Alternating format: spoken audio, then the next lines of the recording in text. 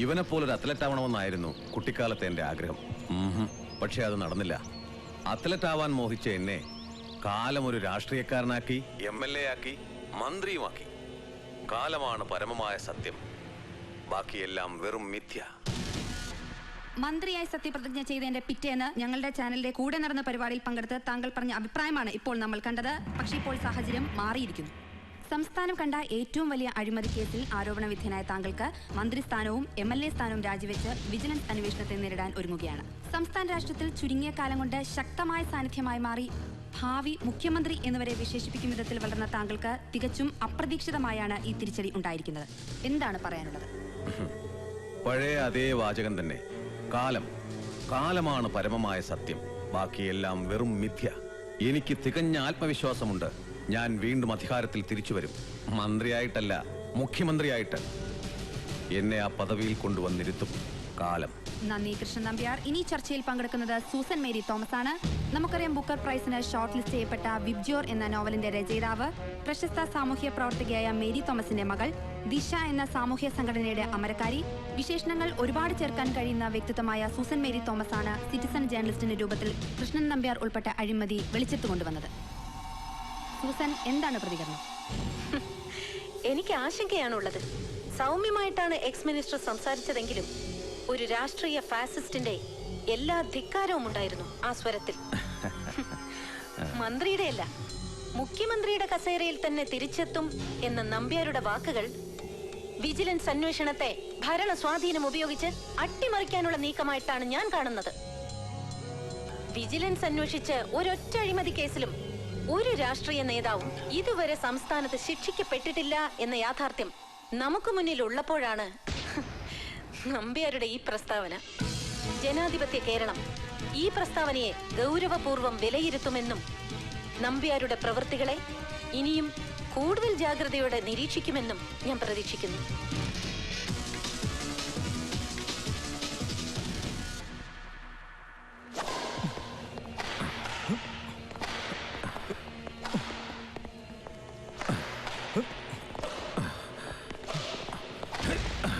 അവളെ ഞാൻ വെറുതെ വിടാൻ പോണില്ല.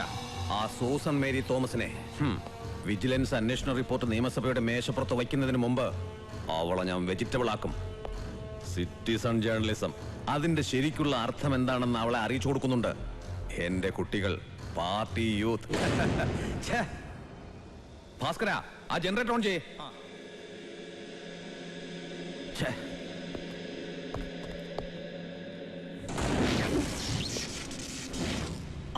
വന്നല്ലോ. കൃഷ്ണേട്ടാ, കൃഷ്ണേട്ടാ, ഇതെവിടെ പോയി? കൃഷ്ണേട്ടാ, കൃഷ്ണേട്ടാ,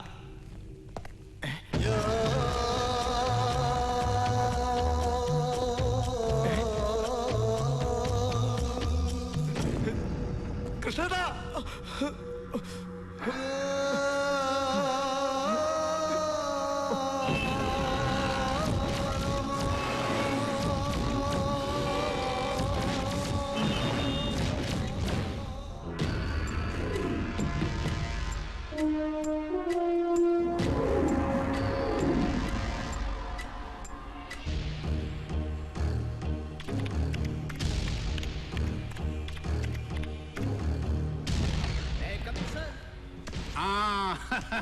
വാ വാ വാ.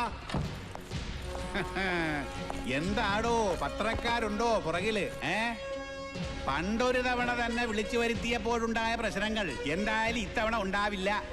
അറിയിക്കേണ്ടവരെയൊക്കെ അറിയിച്ചിട്ട് തന്നെയാ തന്നോട് വരാൻ പറഞ്ഞത്. Through proper channel. മുൻ മന്ത്രി കൃഷ്ണൻ നമ്പ്യാർ, അയാള് മരിച്ചിട്ടെന്ന് മാസം 1 തികയ്യ. ഇതുവരെ കൊലയാളികൾ ആരെന്ന് ഊഹിക്കാൻ പറ്റിയോ തനിക്കും തന്റെ പോലീസുകാർക്കും? ദേ കണ്ടോടോ, പത്രങ്ങൾ എഴുതി പിടിപ്പിച്ചിരിക്കുന്നത്. കൃഷ്ണൻ നമ്പ്യാർ വധക്കേസിൽ ഒരു ടേണിംഗ് ഉണ്ടാവണം. പിന്നെയും സാർ, എടോ, ടേണിംഗ് എന്ന് ഞാൻ ഉദ്ദേശിച്ചത് എന്താണെന്ന് മനസ്സിലായോ? മനസ്സിലായെന്നോ അതോ ഇല്ലെന്നോ? No sir. Alexander Mekkadan, city police commissioner. അയാളാണല്ലോ മഹത്തായ 30 ദിവസവും ഈ കേസ് അന്വേഷിച്ചത്. അയാൾ അന്വേഷിച്ചിടത്തോളം മതി. കേസ് ഞാൻ വേറെ ആണുങ്ങൾക്ക് കൊടുക്കാൻ പോവുക. തനിക്കറിയാം ആളെ, നമ്മുടെ സിവിൽ സപ്ലൈസ് MD അപ്പൻ മേനോൻ. അറിയാം സർ. ഡോക്ടർ അപ്പൻ Menon IPS, doctorate in criminology. സ്വല്പം അയാള് തന്നെ. അയാളുടെ രീതിയും പെരുമാറ്റവും ഒക്കെ കണ്ട ലേശം കുഴപ്പമുണ്ടെന്ന് തോന്നും സർ. പക്ഷേ അത് പെരുമാറ്റത്തിലേ ഉള്ളൂ. മിടുക്കനാ. അയാളുടെ പെർഫോമൻസ് ലിസ്റ്റ് കഴിഞ്ഞ ദിവസം ഞാൻ നോക്കി. അന്വേഷിച്ച സകല കേസിലും പ്രതികൾക്ക് ശിക്ഷ.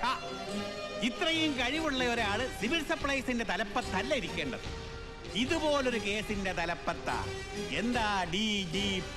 സർ, ഔദ്യോഗിക തീരുമാനം ഇന്ന് തന്നെ ഉണ്ടാകും, ഇന്നത്തെ മന്ത്രിസഭാ യോഗത്തിന് ശേഷം. Sir.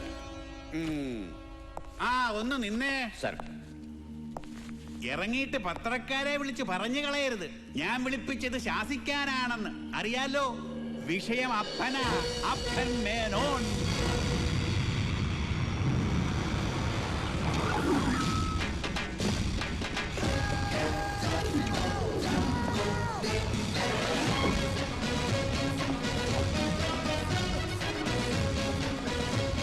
Good morning sir. Good morning.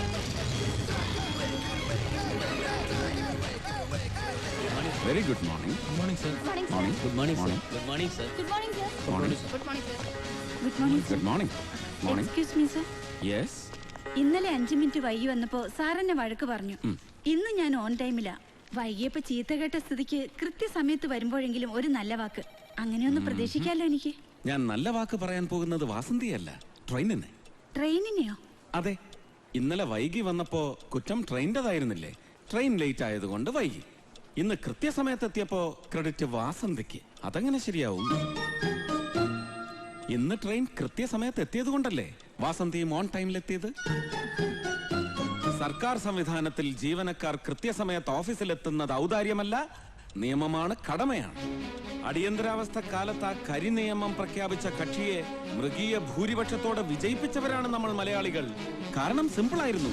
ട്രെയിനുകൾ കൃത്യസമയത്തോടുന്നു, ഓഫീസുകൾ കൃത്യമായി പ്രവർത്തിക്കുന്നു. ഓർക്കണം, തിരിച്ച് പിടിക്കാൻ പറ്റാത്തതും തിരിച്ച് കിട്ടാത്തതും ഒന്നേ ഉള്ളൂ: ടൈം, കാലം.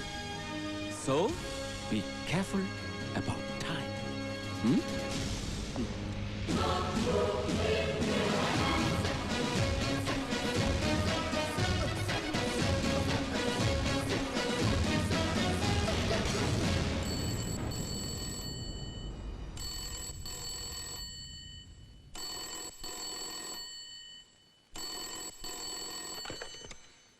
വൈകാ, വൈകാ.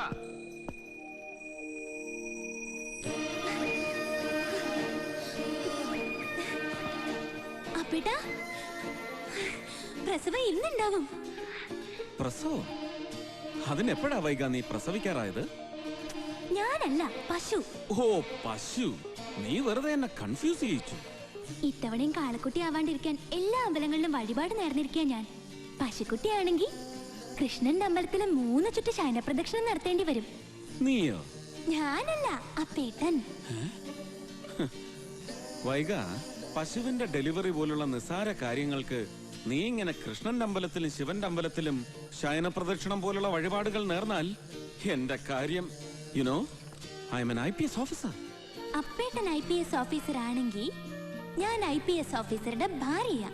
ഞാൻ തറവാട്ടി കിടന്ന് കഷ്ടപ്പെടുകയാണെന്ന് വല്ല വിചാരമുണ്ടോ അപ്പേട്ടന്? അപ്പേട്ടന്റെ കാര്യം മാത്രമേ ഉള്ളൂ. എപ്പ നോക്കിയാലും തിരക്ക് തിരക്ക് തിരക്ക്. എന്ന് തരൂ ഈ തിരക്ക്? 2035 ജൂലൈ മാസം 17-ാം തീയതി. അന്നാ ഞാൻ റിട്ടയർ ചെയ്യുന്നത്.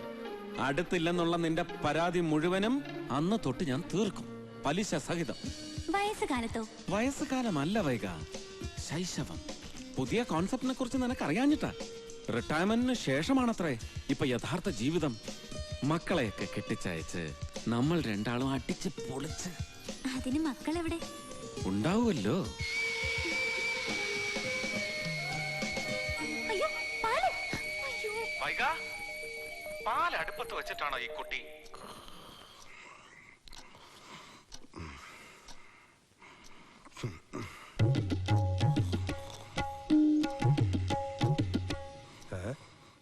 ഹലോ.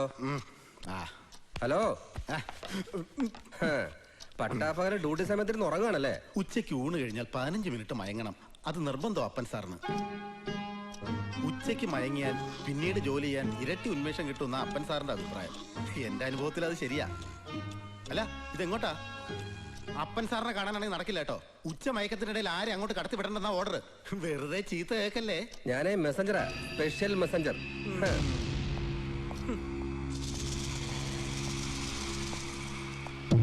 സാർ, അപ്പൻ സാർ. സാർ,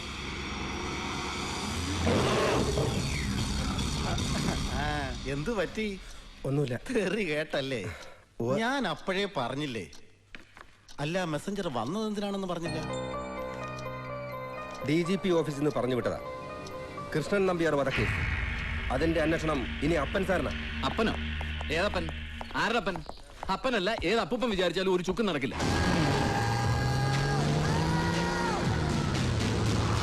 മേക്കട സ്ലോവാ, പക്ഷെ സ്റ്റഡിയാ, സ്ട്രോങ്ങാ. 1 മാസം എന്നല്ല, ചിലപ്പോ 1 വർഷം എടുത്തെന്നിരിക്കും. പക്ഷെ പൊക്കിയിരിക്കും പ്രതികളെ നല്ല പെർഫെക്റ്റ് ആയി.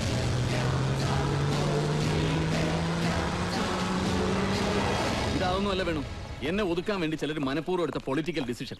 ഇപ്പൊ മന്ത്രിസ്ഥാനത്തിരിക്കുന്ന പലരെയും പ്രതിപക്ഷത്തിരിക്കുമ്പോൾ ഞാൻ ശരിക്കും കുടഞ്ഞിട്ടുണ്ട്, ചിലക്കിട്ട് പൊട്ടിച്ചിട്ടുണ്ട്. അതിന്റെ ചൊരുക്ക് തീർത്തതാ. തീർത്തോട്ടെ, എനിക്കൊന്നുമില്ല. പക്ഷെ ഈ അപ്പമേനോൻ എന്താ ഉണ്ടാക്കാൻ പോകുന്നതെന്ന് എനിക്കൊന്ന് കാണണം.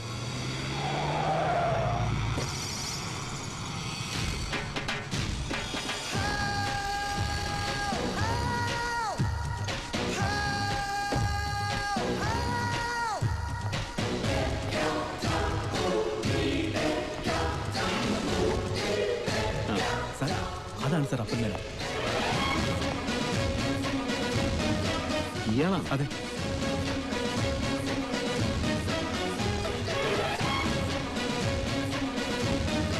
ഇത് അപ്പൻ മേനോനോ അതോ അപ്പം മേനോനോ?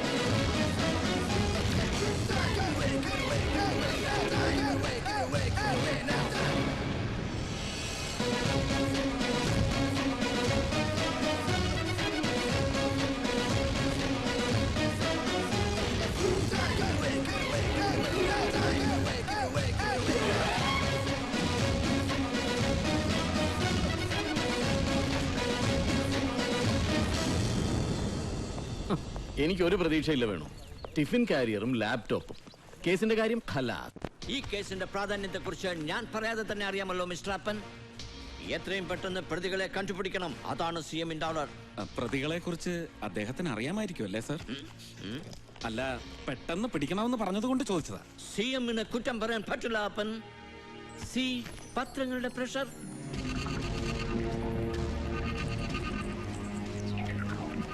പോണോട്രോപിക് ദൃശ്യങ്ങൾ, കീഴാള പരിപ്രേക്ഷ്യം, അപമാനവീകരണം, ബെസ്റ്റ്.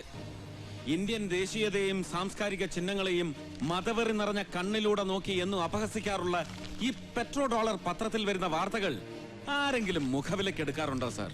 കിണ്ടിക്കും മൊന്തയ്ക്കും നിലവിളക്കിനും സംഗീതത്തിനും രവിവർമ്മ ചിത്രങ്ങൾക്കും എന്തിന് മലയാളി ഉണ്ണാൻ ഉപയോഗിക്കുന്ന വാഴയിലേക്ക് വരെ ജാതിയും മതവും ഉണ്ടെന്ന് പ്രചരിപ്പിക്കുന്ന ഈ D ക്ലാസ് പത്രത്തിൽ വരുന്ന വാർത്തകൾ ഒരു കേസിന്റെ അന്വേഷണത്തെയും പ്രഷറൈസ് ചെയ്യാൻ കാരണമാവരുത്.